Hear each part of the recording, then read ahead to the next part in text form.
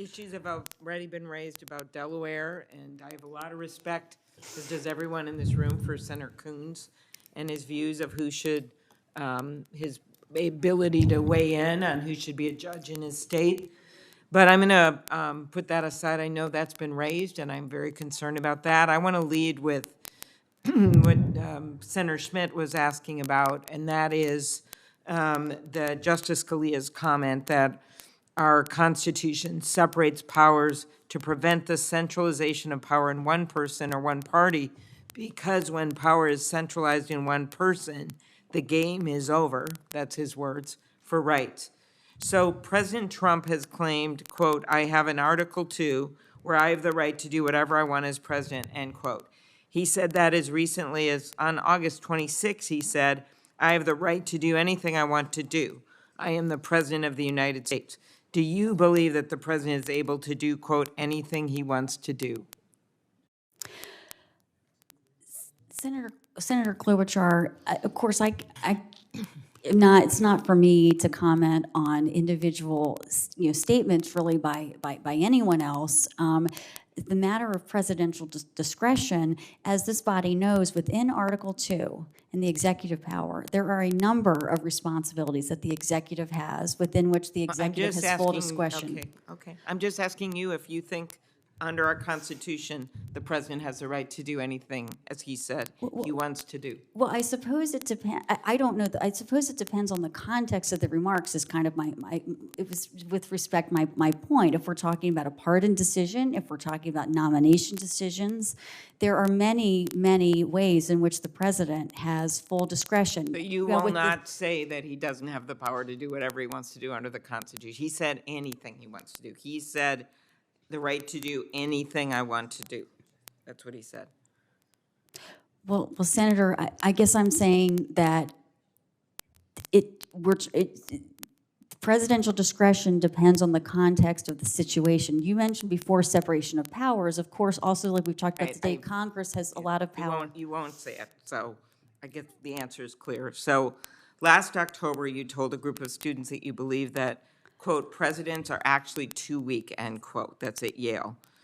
The president has unilaterally frozen appropriated funds, shuttered congressionally created departments, attacked the independence of the Federal Reserve and agencies Congress set to be independent, refused to put Democratic commissioners on independent commissions, imposed costly tariffs, detained individuals without due process, and gone after universities, law firms, and journalists. Do you still believe that, quote, presidents are actually too weak after these unprecedented power grabs? So, Senator, without commenting on a lot of various actions and current issues that might be before the courts or currently are, my recollection of the context of the statement that you quote was that it was a conversation about presidential supervision of the executive branch, and at that time, I understand the Constitution it remains to be that the president is vested with the executive power and therefore is in charge of the executive branch. And I believe I was making comments on that historically, as the Supreme Court itself has pointed out in different opinions, presidents have not always been free to fully supervise their branch. And I was putting forward a hope that the constitutional principles, as they are historically understood, would continue to be respected. Okay, could we just move to guns here? As you know, we've had a number of horrific shootings in Minnesota this year, including involving assault weapon. So you have praised Justice Thomas's views on the Second Amendment, which are often in dissent, even on a very conservative Supreme Court.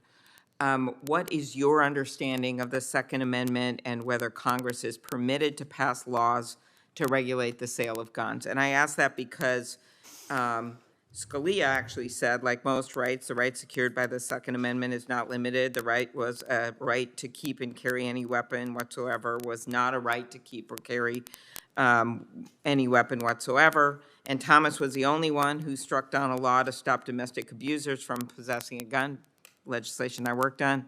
He was also one of just 2 justices who would have struck down regulations of ghost guns.